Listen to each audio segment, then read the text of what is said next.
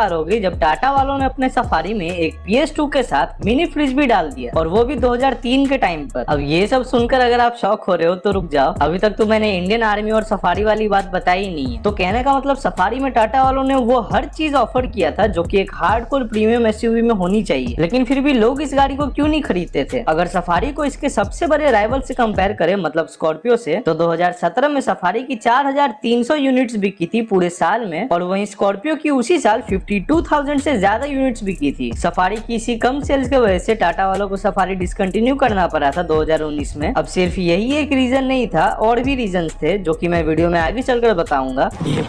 अब ज्यादा time waste नहीं करते हैं और डायरेक्ट चलते 1998 में, जब सफारी की फर्स्ट जनरेशन इंडिया में लॉन्च हुई थी। सफारी में सेम इंजन लगाया गया था जो टाटा टेल्कोलिन नाम के गाड़ी में आती थी, और ये टोटल 87 PS का पावर प्रोड्यूस करती थी। उस टाइम पर सफारी में एक 5 स्पीड मैनुअल गियर बॉक्स आता था और एक 4 व्हील ड्राइव वाला ऑप्शन भी मिलता था। अब अगर आपने मेरा पुराना हाउ महिंद्रा मेड स्कॉर्पियो वाला वीडियो देख रखा है तो आपको पता होगा कि 1998 में ही महिंद्रा वालों ने प्रोजेक्ट स्कॉर्पियो पे काम चालू कर दिया था, और ठीक 5 साल बाद मतलब 2002 में महिंद्रा वालों ने स्कॉर्पियो को फाइनली इंडियन मार्केट में लॉन्च कर दिया। ये गाड़ी महिंद्रा वालों के लिए इंस्टेंट हिट बन गई। स्कॉर्पियो सेल्स के मामले में शुरुआत से तहलका मचाते हुए आ रही है, लेकिन सफारी के साथ ऐसा नहीं था। टाटा सफारी की हमेशा से ही ठीक ठाक से सेल्स फिगर रहे हैं, जिसके पीछे कुछ बहुत ही तगड़े रीजंस है, लेकिन वो जानने से पहले हम 2003 में चलते हैं, जब टाटा वालों ने सफारी की लिमिटेड एडिशन बनाई थी, जिसका सिर्फ 600 यूनिट्स ही बनाया गया था इंडियन मार्केट के लिए। और टाटा वालों ने इस लिमिटेड एडिशन सफारी की 150 यूनिट्स श्रीलंका भी एक्सपोर्ट करी थी वहाँ के गवर्नमेंट ऑफिशियल्स के लिए। लेकिन अब आप शॉक होने वाले हो, क्योंकि सफारी के इस लिमिटेड एडिशन में टाटा वाले आपको एक PS2 लगा कर देते थे। हाँ, लिटरली वो खेलने वाला सोनी का PS2। इस गाड़ी के जो फ्रंट सीट्स के हेडरेस्ट थे उस पर LCD स्क्रीन भी लगाया गया था, जो कि ऐसे महंगी वाली लग्जरियस गाड़ियों में आता है। सिर्फ इतना ही नहीं, एक फ्रिज भी डाल दिया था टाटा वालों ने इसमें, जो रेफ्रिजरेटर कम वार्मर का काम करती थी। लेकिन फिर 2005 में सफारी की एक फेसलिफ्ट लॉन्च हुई, जिसमें इस बार 3 लीटर्स का 4 सिलेंडर डीजल इंजन लगाया गया था, जो कि टाटा की 407 वाली ट्रक से लिया गया था। और इसी 2005 वाले फेसलिफ्ट के लॉन्च पे टाटा वालों ने सफारी का प्राइस बहुत ही कम कर दिया था, और अब सफारी जो थी वो स्कॉर्पियो के ही दाम पर आने लगी। पर फिर भी जो लोग थे उस टाइम पर वो सफारी छोड़कर स्कॉर्पियो ही खरीदते थे। फिर 2007 में 2.2 लीटर्स की डाइकोर इंजन के साथ सफारी मिलने लगी थी। टाटा वालों ने अपने साइड से सब कुछ किया इस गाड़ी को बेचने के लिए। जैसे शुरुआत में सफारी का प्राइस बहुत ही ज्यादा था अगर इसके राइवल से कंपेयर करें तो, लेकिन फिर टाटा वालों ने उसे भी कम कर दिया। पर ये सब कुछ ज्यादा इफेक्ट नहीं कर रही थी सफारी के सेल्स को। ये सब के बाद टाटा वालों ने सोचा कि सफारी का एक मेजर फेसलिफ्ट लेकर आते हैं, और ये नई वाली सफारी शायद स्कॉर्पियो को सेल्स के मामले में एटलीस्ट टक्कर तो दे पाएगी। और इसीलिए 2012 में सफारी स्टॉर्म लॉन्च करी गई थी, जिसमें इस बार फ्रंट और रियर लाइट्स पूरा नया लगाया गया था। फ्रंट की ग्रिल भी चेंज करी गई थी और साथ में बम्पर्स को भी रीडिजाइन करा गया था। और पिछले वाले सफारी में जो स्पेयर व्हील पीछे टेलगेट पर लगी हुई होती थी उसे भी इस बार हटा दिया गया। देखा जाए तो सफारी डाइकॉर के मुकाबले सफारी स्टॉर्म में 100 से ज्यादा चेंजेस करे गए थे, और ओवरऑल इसमें एक नया लुक देखने को मिलता था, जो कि ऐसे और बल्कि हो गई थी पिछले वाली सफारी से। फिर 2015 में टाटा वालों ने सफारी में वेरिकोर 400 इंजन डाल दिया, जो मैक्स 400 Nm का टॉर्क जनरेट करती थी। पर फिर भी स्कॉर्पियो के सेल्स का 10% भी सफारी नहीं कर पा रही थी। लेकिन इसका मतलब ये नहीं है कि सफारी पॉपुलर नहीं थी। सारे बड़े बड़े सेलिब्रिटीज और पॉलिटिशियंस के पास सफारी हुआ करती थी उस टाइम पर। और 2016 में टाटा मोटर्स ने इंडियन आर्मी के साथ एक कॉन्ट्रैक्ट साइन किया था, जिसमें 3192 यूनिट टाटा वालों ने सफारी स्टॉर्म के डिलीवर करे थे इंडियन आर्मी को GS 800 कैटेगरी के लिए। और ये वाली सफारी 265 bhp की पावर के साथ 800 Nm का टॉर्क जनरेट करती थी। लेकिन इतना कुछ होने के बाद भी सफारी को डिसकंटिन्यू कर दिया गया 2019 में टाटा मोटर्स की तरफ से। टाटा वालों का इस स्टेप के पीछे कुछ रीजन थे, जिसमें से सबसे पहला था उस टाइम तक इंडिया में BS6 नॉर्म्स गाड़ियों पर लगने वाले थे, जिसमें सफारी पे भी ये लागू होती थी। तो टाटा वालों ने सोचा एक तो ऑलरेडी सफारी के सेल्स बहुत कम है, उस टाइम पर मार्केट डिमांड भी बहुत चेंज हो रही थी, तो सफारी को BS6 नॉर्म्स में अपडेट करने से टाटा वालों का कुछ खास फायदा नहीं होने वाला था। और इसी के लिए टाटा हेक्सा की तरह टाटा सफारी को भी डिसकंटिन्यू कर दिया गया सेम रीजंस की वजह से, जो कि था लो सेल्स और BS6 नॉर्म्स। लेकिन अब एक चीज यहाँ पर नोटिस करने वाली है कि अगर सफारी के सेल्स अच्छे होते तो टाटा वाले इसे कभी डिसकंटिन्यू नहीं करते। और सफारी के बहुत कम सेल्स के पीछे मेनली ये रीजंस थे। सबसे पहला रिलायबिलिटी इश्यूज। बहुत सारे सफारी के डाई हार्ड फैंस बोलते हैं कि सफारी में कभी कोई रिलायबिलिटी की दिक्कत थी ही नहीं, लेकिन अगर हम लोग एक्चुअल ग्राउंड रियलिटी देखें तो सफारी स्टॉर्म से पहले जितनी भी सफारी आई है आज तक, उन सब में रिलायबिलिटी इश्यूज भरे पड़े थे। वहीं कंपैरेटिवली सफारी स्टॉर्म में बहुत कम रिलायबिलिटी इश्यूज थे। और ये चीज सिर्फ सफारी तक की लिमिट नहीं थी, उस टाइम पर लगभग टाटा के सारे गाड़ियों में रिलायबिलिटी इश्यूज थी। अब अगर दूसरी रीजन के बारे में बात करें जिसके वजह से सफारी की सेल्स बहुत कम थी, तो वो थी नई मार्केट डिमांड। 2018-19 से मार्केट में एक बहुत ही बड़ा चेंज आया। अब लोगों को hard core rough and tough SUV नहीं चाहिए था, अब बायर्स को ज्यादा से ज्यादा फीचर से मतलब था। रेनो की डस्टर जैसी गाड़ियों ने एक नया सेगमेंट क्रिएट किया इंडिया में, जिसमें बाद में चलकर Hyundai की क्रेटा भी आई। और क्योंकि उस टाइम पर सफारी इन गाड़ियों के कंपैरिजन में फीचर्स बहुत ही कम ऑफर करती थी, तो लोग दूसरे तरफ शिफ्ट होने लगे थे। आप एक चीज नोटिस करना कि हार्ड कोर एसयूवीज की फ्यूल एफिशिएंसी बहुत ही बेकार होती है, और सफारी के साथ भी सेम चीज था। इसके लिए भी बहुत लोग सफारी को इग्नोर करते थे। और देखा जाए तो features, fuel efficiency, in fact pricing के मामले में भी सफारी अपने नए राइवल से कम्पीट ही नहीं कर पा रही थी। अब रेनॉल्ट की डस्टर और Hyundai की क्रेटा जो थी वो सफारी की प्रॉपर राइवल्स नहीं थी, मुझे भी पता है, लेकिन जो बायर्स थे वो सफारी को इन्हीं नई गाड़ियों की वजह से नहीं ले रहे थे। अब आप बोलोगे कि स्कॉर्पियो में भी ज्यादा फीचर्स नहीं थे, वो भी एक हार्डकोर एसयूवी ही थी, तो स्कॉर्पियो की इतनी सेल्स क्यों हो रही थी? इसके पीछे सबसे पहला रीजन ये है कि सफारी से कंपैरेटिवली स्कॉर्पियो की एक शोरूम प्राइस हमेशा से ही कम रही है। थोड़े से कम दाम पर आपको लगभग सफारी जैसा ही चौड़ देखने को मिलता है, तो और क्या चाहिए भाई लोगों को? स्कॉर्पियो के इतने बड़े सेल्स के पीछे दूसरा रीजन था भरोसा। मजाक नहीं कर रहा हूँ भाई, पर महिंद्रा के स्कॉर्पियो में शुरुआत से ही ना के बराबर रिलायबिलिटी इश्यूज रहे, और वहीं सफारी का नाम मार्केट में मेनली उसके रिलायबिलिटी की वजह से ही खराब हुआ था। स्कॉर्पियो ज्यादातर टियर 2, टियर 3 सिटीज में बिकती है, और वहाँ वर्ड ऑफ माउथ बहुत ही तेजी से फैलता है। गाँव के लोगों को ये तक पता रहता है कि आज उनके पड़ोसी खाने में क्या बनाएंगे। तो क्योंकि स्कॉर्पियो का हर जगह नाम था, इसलिए स्कॉर्पियो और ज्यादा बिकती थी। और जहाँ सफारी 2019 में डिसकंटिन्यू हो गई थी, वहीं स्कॉर्पियो आज तक बिक रही है स्कॉर्पियो क्लासिक के नाम से। लास्ट रीजन जिसके वजह से सफारी की सेल्स बहुत कम थी, वो है टाटा मोटर्स का ब्रांड वैल्यू। आज के टाइम पर टाटा मोटर्स ब्रांड वैल्यू वाले गेम में बहुत ही अलग लेवल पर है, लेकिन पहले उनका सिचुएशन ऐसा नहीं था। लोग टाटा की गाड़ियां लेने से डरते थे, क्योंकि आफ्टर सेल्स टाटा मोटर्स की इतनी खराब थी और बेकार थी पहले की मत ही पूछो। टाटा मोटर्स की ब्रांड वैल्यू पहले इतनी अच्छी नहीं थी, ऊपर से जो रिलायबिलिटी इश्यूज उनके सारे गाड़ियों में देखने को मिलते थे, उसके वजह से तो लोग और डरते थे टाटा की गाड़ी लेने से। लेकिन आज का सीन अलग है। अब अगर टाटा मोटर्स किसी भी सेगमेंट में अपनी नई गाड़ी लॉन्च करती है, तो वो बेस्ट सेलर बन जाती है भाई उस सेगमेंट की। लेकिन अब आते हैं वीडियो के सबसे ज्यादा इंटरेस्टिंग पार्ट पर, जो कि है सफारी 2.0। सबने होप छोड़ दिया था कि सफारी फिर से वापस आएगी, लेकिन फिर एक जादू हुआ और टाटा मोटर्स ने एक टीजर रिलीज किया सफारी की सेकंड जनरेशन आने वाली है बोलकर। भाई लोगों के बीच में जो क्रेज था उस टाइम पर सफारी 2.0 को लेकर मैं क्या ही बताऊं। लेकिन फिर टाटा वालों ने सफारी बोलकर हैरियर प्लस लॉन्च कर दिया। बहुत लोगों को ये गाड़ी बेकार लगी, क्योंकि ये द लीजेंडरी सफारी का टैग ऑन करती है, और इसमें 4x4 तो छोड़ो, ऑल व्हील ड्राइव तक नहीं आता। और वहीं कुछ लोगों की गाड़ी अच्छी भी लगी थी। लेकिन अगर टाटा मोटर्स के पर्सपेक्टिव से देखें, तो ये हैरियर प्लस सेल्स के मामले में सक्सेसफुल साबित हुई अगर इसे ओरिजिनल सफारी से कंपेयर करें तो। और देखा जाए तो आज के टाइम पर यही मार्केट डिमांड है, लोगों को सिर्फ फीचर से मतलब है। फॉर्च्यूनर वाले आप इस लिस्ट में नहीं आते हो, कमेंट्स में थैंक यू बोल देना। साथ में एक चीज और है कि बहुत कम लोग 4x4 को कभी इस्तेमाल भी करते हैं, और लोगों को बस ऑफिस जाने और आने से मतलब रहता है, और इसी के लिए हैरियर प्लस टाटा मोटर्स को अच्छा सेल्स लाकर दे रही है। लेकिन यार मेरे हिसाब से ये सफारी का टैग डिजर्व नहीं करती थी, क्योंकि इसमें ओरिजिनल सफारी जैसा कुछ है ही नहीं। लेकिन अगर हम लोग टाटा मोटर्स के नजरिया से देखें, वाह भाई हिंदी तो इम्प्रूव हो रही है मेरी, तो उनके लिए महिंद्रा जैसे नए वाले स्कॉर्पियो के साथ पुरानी वाली स्कॉर्पियो भी बेच रही है, वैसे टाटा वालों को भी जो है सफारी क्लासिक लाना चाहिए।